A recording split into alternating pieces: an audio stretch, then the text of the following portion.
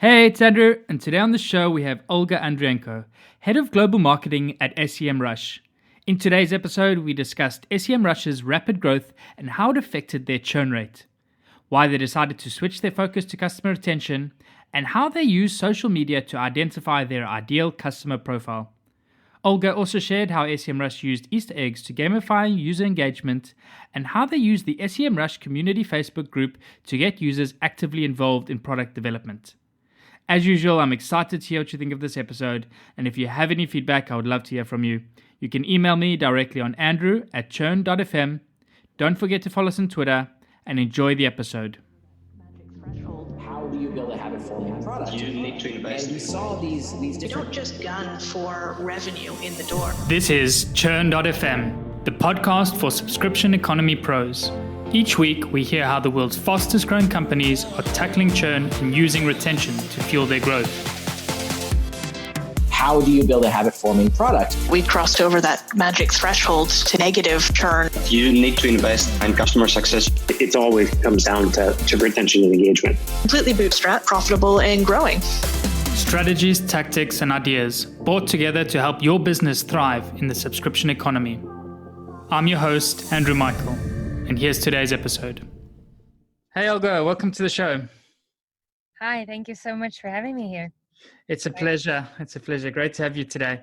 For the listeners, Olga is the head of global marketing at SEMrush. And if you don't know, SEMrush is an all-in-one marketing toolkit used by over 4 million users and trusted by companies like eBay, Quora, and Booking.com.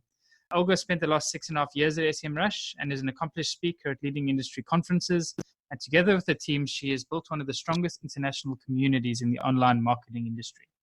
So my first question for you, Olga, is what is one thing that has stayed the same throughout your time at SEMrush? And what is one thing that is radically different today from when you started there? I think the startup-y culture is what we managed to preserve or to retain, because I started when it was only 50 of us, and right now it's 800. So I've seen really some radical changes, but this freedom to test, freedom of and creativity, and then also people on the lower levels being responsible. So that's the startup culture that we have, and then it's still there with 800 people. And Wow. One thing that changed is probably the budgets.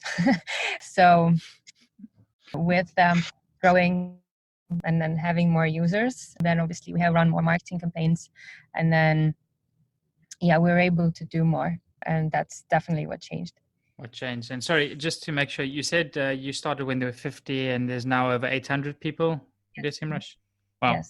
That's it's quite a lot of growth over the last few years. And for yourself, what has that meant in terms of marketing, in terms of the role and the progression that you've seen at SEMrush? I was one of the first marketing people that started. Now we have over 100. And for me, that meant that I just joined and I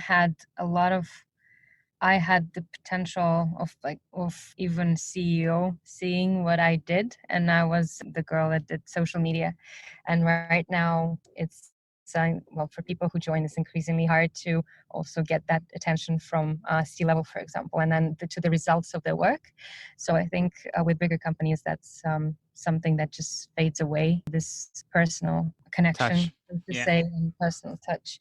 And then so with we're a corporate company now. I'm happy to say that we still feel like a startup, but anyways, with we were absolutely flat, so there was no managerial levels. And right now with 800, there's still 3, which is an impressive. But I would say that still it's just, so I joined a completely different company in terms of structure, and also in terms of I just went to the kitchen and chatted with founders, and I was able to understand a lot more about the business because I heard that from people who built that initially. And at this point, this is almost not possible. Yeah, I can imagine. So one thing as well, I think you must have seen happen quite a bit and through the transition as SEMrush grew and scaled was the impact on churn and retention. And Maybe you want to just give us a little bit of a backstory of like where you were at, where you started, and if you want to run through anything that changed during the last 6 years.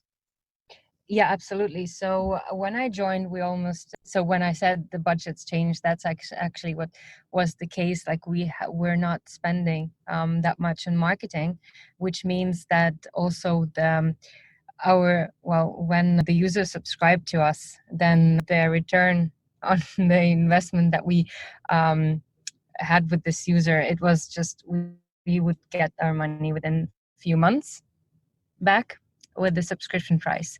Yeah. And that's because we were not spending much. So right now the lifetime value is it's just it's over 6 months, I think, and even more maybe, just because we investing a lot, and then we're acquiring a lot of leads and eventually converting the clients. But the problem with so it's a completely different when you see the return on the investment, when you're spending not a lot, and then when you suddenly start spending much, then it's not a really good picture, and it's not a nice one, and it makes management also a bit nervous. Also, the journey becomes increasingly longer.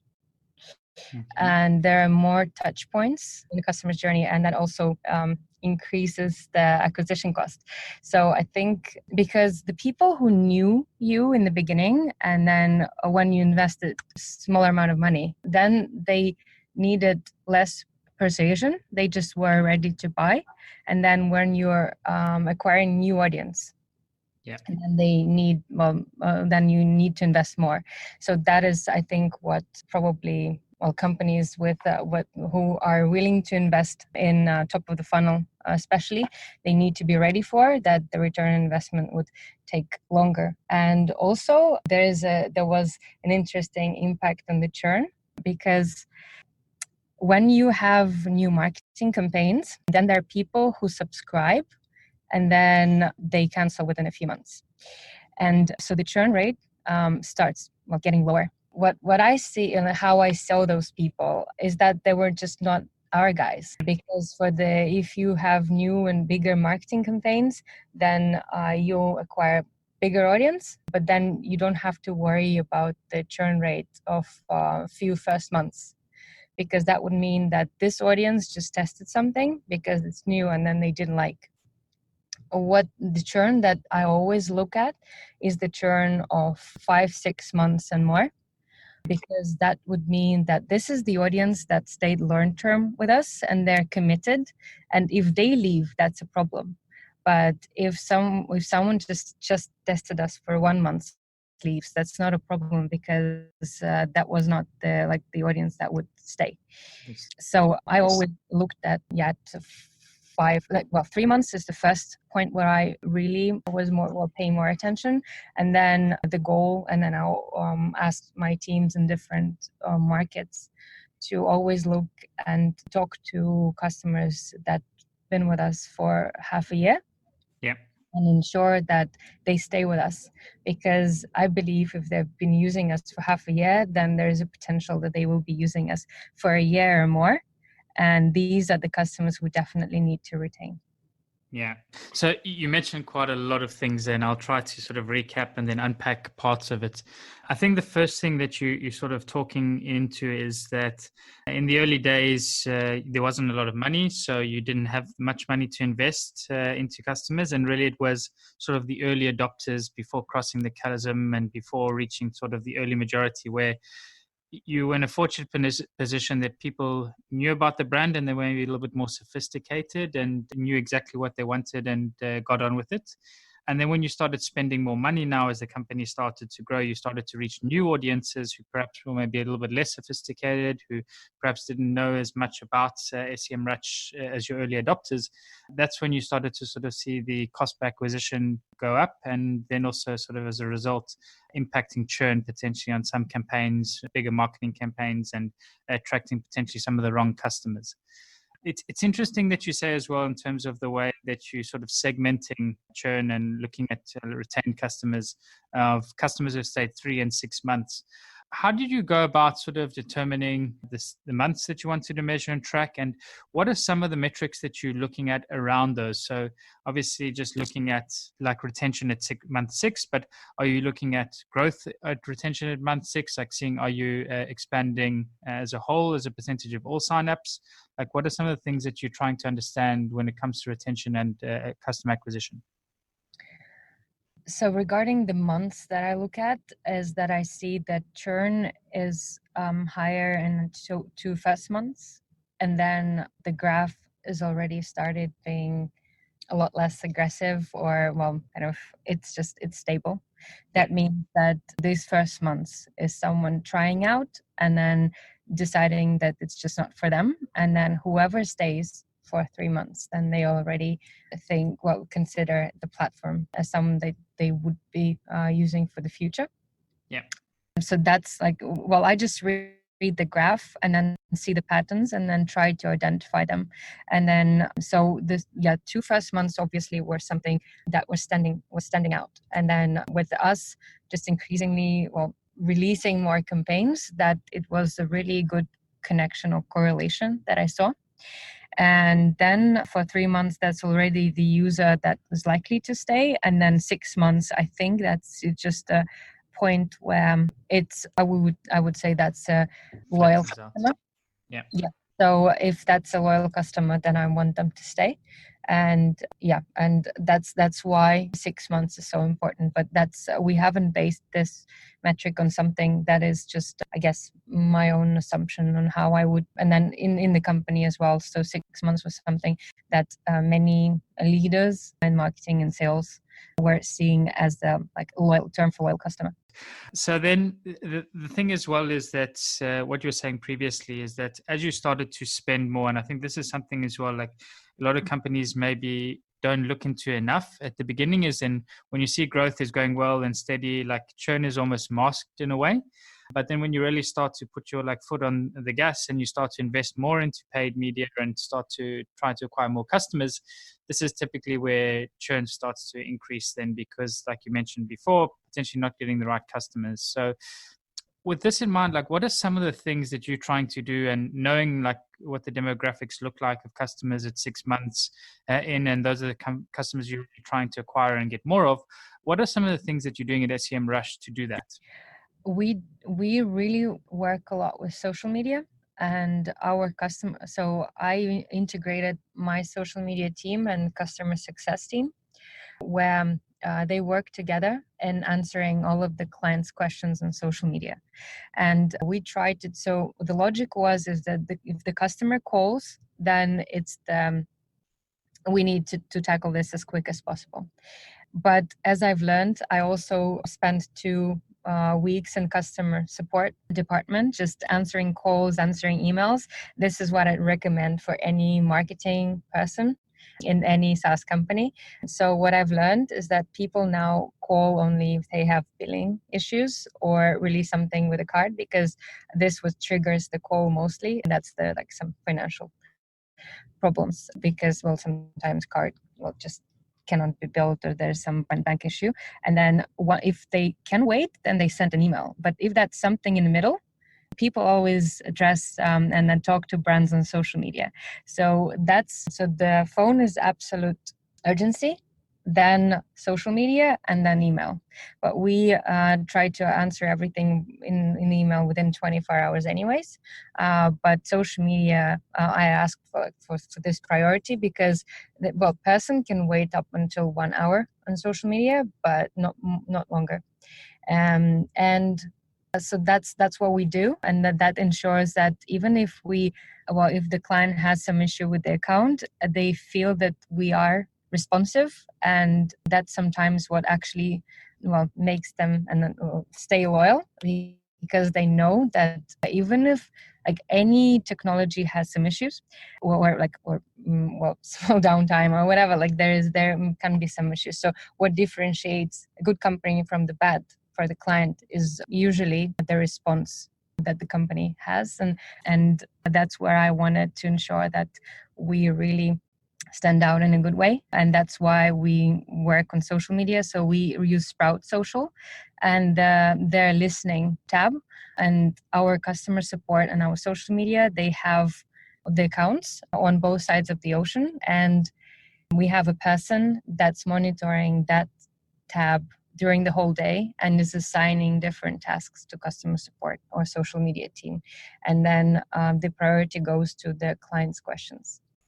I like that a lot as well. And I like as well the way you've sort of classified the problems and the channels in which people sort of go to. And I think, at least in my case, it holds true that if there's something super urgent and I need it solved immediately, I'll try get on the phone. The next best case then would be social media. And then the last resort would be email. But sort of really covering all bases and making sure that you're present. Because I think sometimes you get onto social media and you might send a message to a brand and then you get a message response saying, please, can you email us? And I think that for me is already like a very big turnoff, because I've chosen to interact with the band. It's an opportunity to have a conversation with me, and you've pushed me to another channel now to sort of put another roadblock. I really like that you've sort of given that focus and emphasis to the support and social. So let's talk about as well, like some of the things now. You mentioned you started investing more, you started to see an issue with churn. What was sort of like the response in the company? What are some of the reactions to this change? I believe everyone is super concerned about retaining the users. And then that's one of our major goals. So right after first payments, we also have a goal of the retention. And we worked with the development a lot on this. And then one other thing that we've done is that we created a private Facebook group for only paid users. And then product department is there. When the client has tool wish, then we tag the product owner, which also makes, this is a great feeling of for the client that they impact the tool's future. And also we have customer support there, and then all of the group moderators, they know the product on the level of customer support. So we ensure that there is a space where clients will get the priority treatment, so to say, and they also will get the access to the C-level and the product department, and then they could talk about the tool on a completely different level. So that's one thing that we've done last year. Like when you say all paid customers, like how big is this group? Like how are you going about moderating? I think it's often quite a concern as well for people that, I mean, I love the idea of really being close to customer speaking. Like we introduced at Hotjar, a customer advisory board, and I've seen the most change ever happen as soon as you started getting messages coming to Slack and interacting with product managers and with the team. But when you say Facebook group, sort of how big is it? How are you managing it? Like what are some of the processes that you put in place? We gradually invite customers there. So we started with 500 people. And then when we were sure that we could moderate 500 people and then there's a conversation going, then we sent another email blast to just a small portion of the newsletter database. And then also we got the incoming requests because people started referring and mentioning the group. So it's gradually growing. We're not sending the invite straight to the whole database because that would be a nightmare just to moderate that and people would be upset. So right now it's 2,500 people. Oh. And then so we're sure that we're moderating this in a proper way once we add more forces from our side, then we'll send another email blast. So it's just gradually growing. And the most important thing and the metric that I look at in this group is not how many users we have because that's, I know the final number. We can get there. So it's not a point. And we measure the engagement. And then once we see the engagement went lower, then we see that it's just we need to engage them more, and that's the most important thing. Also, we ask the email when they apply to enter the group, so we know all of their emails. and then exactly which clients are members of the group, and then so we check their activity in the tool in a specific dashboard, and we're able to see what tools they're using and whether it was the spike. And then once we share the updates and the product updates there, if we see that the usage of the tool is growing, then we're able to understand that our marketing was efficient, and also the art in the post was efficient. Yeah, I like as well, like making sure you're keeping them engaged. How are you then sort of dealing, and maybe it might not be this the case, but I'm sure there's quite a lot of different feature requests coming in through the channel, and how are you sort of moderating those requests, making sure you're keeping track of them, ensuring that sort of they're acknowledged, but also at the same time, you're not just going out and building and changing everything for anyone. It's more about making sure that you're doing the right thing. So what is the product team doing? What is your team doing to try and help like sort of bring all that feedback together and quantify it? Mm-hmm. We tag the product owner, and from that point, we have an ultimate trust to the product owner's decision. And then the product owner replies to the client instantly in the group. Either they take the discussion further somewhere in an email or in private messages, or if the product owner likes the idea, or they already have an answer why it can be made at this point, or when sometimes it just doesn't make any sense. For example, we have different pricing plans, and then there was a question why there is only one user per subscription. And that is where our chief strategy officer actually joined the discussion and explained our pricing policy to the existing clients. And so this was nothing that we would be changing, but we always open on the discussion, and then we wanted to be transparent. So I think it's not always, so it's ultimate decision if it's a tool wish, and then it all depends on the product owner. But if that's something that we won't be building, we will be also open and transparent about that. Makes sense. Cool. So the next thing I wanted to ask you, because I was actually before the show going through just LinkedIn and looking at your profile, and I came across a presentation that I think you did at Grow Tribe. It was titled Marketing Gamification, Customer Retention Strategies. Do you want to talk us through a little bit about that? What did you do at SEMrush around gamification that helped with customer retention? Sure, that was one of the really exciting campaigns that we've done, and it was for Easter. So we worked with the product department on this. So we had a lot of new tools, and we decided to hide Easter eggs in 15 tools. And so clients visited one tool, then there was a pop-up, non-intrusive, but still that was saying that there's an Easter egg, and then they needed to unlock it. And then they started searching by clicking different functionalities, and then another pop-up said congratulations, and then offered to tweet that they found the Easter egg, and then also gave a hint to and link to another tool where we hid the egg. And then so a lot of people took part, and we had a winner list. So people also were able to check how they're doing compared to others. And we had a lot of tweets. I think it was, so it was around 8,000 tweets. But a lot of people were obviously, there could be up to 15 tweets or even more, depending on how much they were playing from one person. So ultimately, we also used one of the Twitter extensions for Chrome, and we were identifying who were tweeting. And then by the end of this game, we ended up with a list of actual users. That was 1,200 people in that list.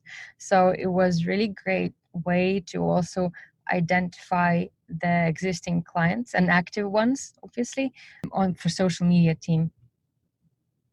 That's very cool. And then did you sort of take a look at what the impact was on retention with those customers? Because I think obviously it makes a lot of sense that you sort of took this game around Easter time, very seasonal as well, and then sort of encouraged people to try different parts of the product to educate them. Was anything that went into sort of the follow-up and looking at sort of how this impacted engagement and retention for this cohort? Yeah, so we analyzed further usage of the tools, and for some tools, the usage increased for a time. So there were a lot of people also who played but never tweeted, but they kept using the tools. So for the tools that were not that popular, and then they were super new, that's why we basically decided to do it. Then yes, the number of users went from like for 4 times, that was the biggest, but then 2 times or 1.5 times more users. That was what we've seen in more than 5 tools. And that was really, that campaign was super successful because by that time we released the Keyword Magic tool, which is one of our most popular tools now. But that was first campaign that this tool was really a part of. And so from that point, really the tool really had the growth of users and the attention that it has now. So it was super successful for this specific tool.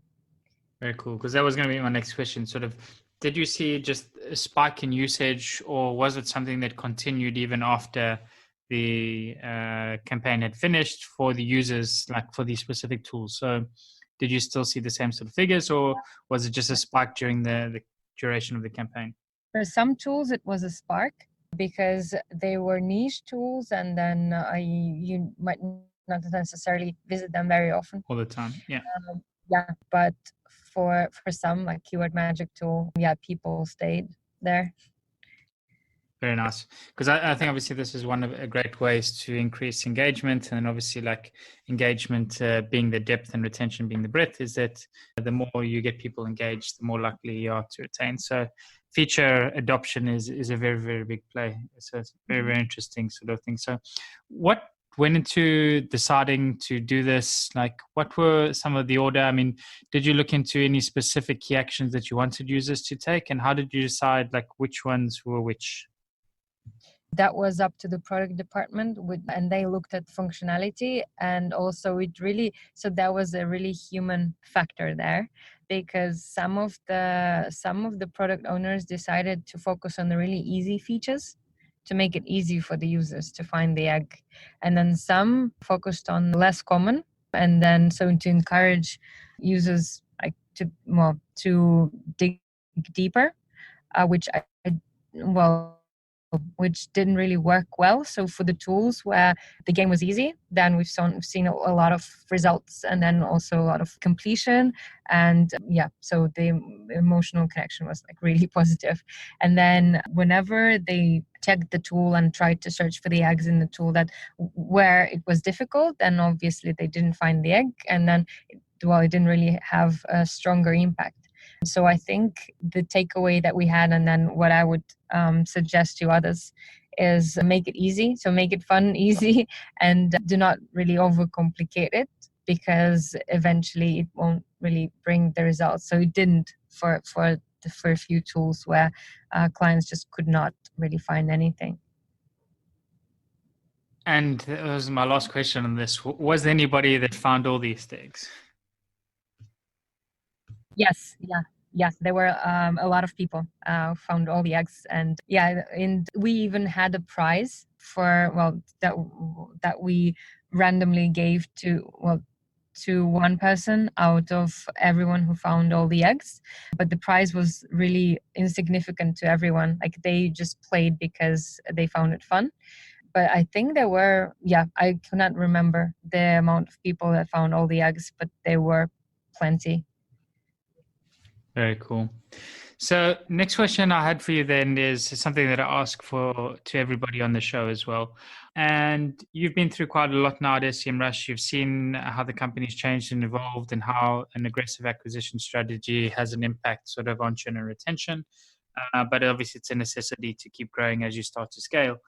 Let's say you move to a new company now, and you've arrived here and you see churn and retention is not doing great at all.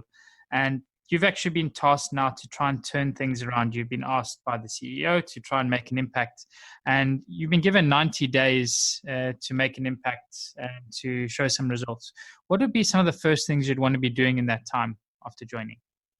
I will message those people who just dropped us Yeah. So I would want to understand the reasons. And that's what we did. Well, now with the Italian team, they called 60 people.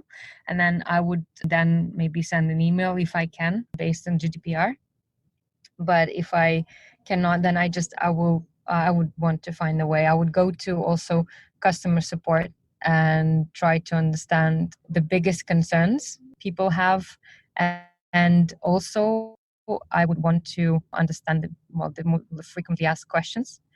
And also I would want, and then customer support knows those people. I would want to talk to 10 people who ask a lot of questions, but who are loyal customers. And then I would build a profile of someone who is not really staying with us and then who leaves. And then I would also understand the profile of a person who is a loyal customer. From that, I would understand who is staying and then what questions should I answer so people would stay longer. And then I would know who is not likely to stick and who I shouldn't bother about. Nice. So what you're sort of describing is you'd go through an exercise of trying to identify what the ideal customer profile looks like, but then also what your anti-personas look like. So who is not your customer. I think this is a super valuable exercise to do for companies as well. And a lot of times as well, like we just focus on what the ideal customer profile is. And it does help us in terms of marketing and building products and supporting them. But a lot of times we're understanding who they aren't as well and who we shouldn't be going after and who we shouldn't be trying to acquire or build for is almost equally as powerful. It's interesting that you went ahead and do that. And then from your perspective, you'd then really be trying to go out and focus on acquiring these customers. Is that correct? Yeah. And also I would want to create content that would be really easily accessible. So I would actually save some time from customer support and then make sure that our existing clients would not need to write and ask, but they would have this information in hand. And then I would start probably building my funnel and I would do that. So if I know the ideal customer, then I would want to interview at least 3 of them in the sense that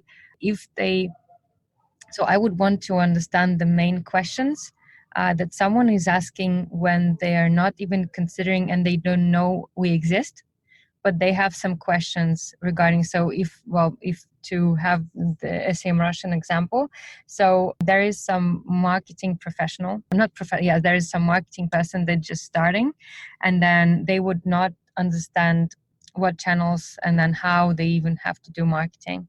So then I'll cover those questions.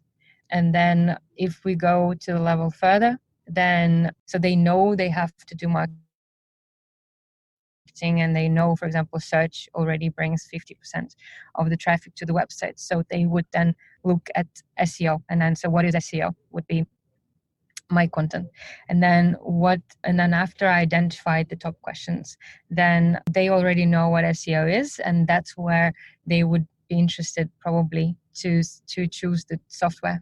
And that's where we already have to build the content regarding us or ensure that if on some comparison websites, then the information about us is accurate and also work on this content. So I would build the funnel based on the questions of the audience and starting really way before when I talk about my company. So even like you were highlighting there from even from a problem unaware stage, like when they're just sort of really trying to figure things out and then realizing that there's a problem. Yeah, absolutely. I think, and at least for me, probably this is one of the most powerful areas when it comes to solving for churn and retention is really having a solid understanding of the problem that your customer has. And being able to sort of nurture them through the funnel, being able to educate them to begin with. So by the time they arrive to purchase your solution, they really have a good idea of what the problem is, how your product solves this problem, and why they're going to be paying you and sticking around with you. Because I think far often than not as well, like we spend way too much time on resurrection strategies or dunning campaigns when you're trying to solve churn retention. But really, if you're not solving it at the core, which is the initial problem, which is when somebody's actually come to you and said, I have a problem, you have a solution, help me, then I think you've really lost the battle if you're starting to focus further down the funnel. Mm-hmm. Yeah. Very cool. Well, Olga, it's been a pleasure having a chat with you today. I really appreciate your time. Is there anything you'd like to leave the listeners with now before we close off for today? How can they keep up to date with your work or follow what you're doing at SEMrush? I think we've covered a lot, so I wouldn't add anything else. Yeah, and I'm happy to answer any follow-up questions, and then just go to my LinkedIn or Twitter profiles. I'm happy to chat further. Very cool. Well, thanks so much for joining today, and wish you best of luck now going forward. Thank you so much. I hope it was useful. Thanks. And that's a wrap for the show today with me, Andrew Michael. I really hope you enjoyed it and you're able to pull out something valuable for your business. To keep up to date with churn.fm and be notified about new episodes, blog posts, and more, subscribe to our mailing list by visiting churn.fm. Also, don't forget to subscribe to our show on iTunes, Google Play, or wherever you listen to your podcasts. If you have any feedback, good or bad, I would love to hear from you, and you can provide your blunt, direct feedback by sending it to Andrew at churn.fm. Lastly, but most importantly, if you enjoyed this episode, please share it and leave a review, as it really helps get the word out and grow the community. Thanks again for listening. See you again next week.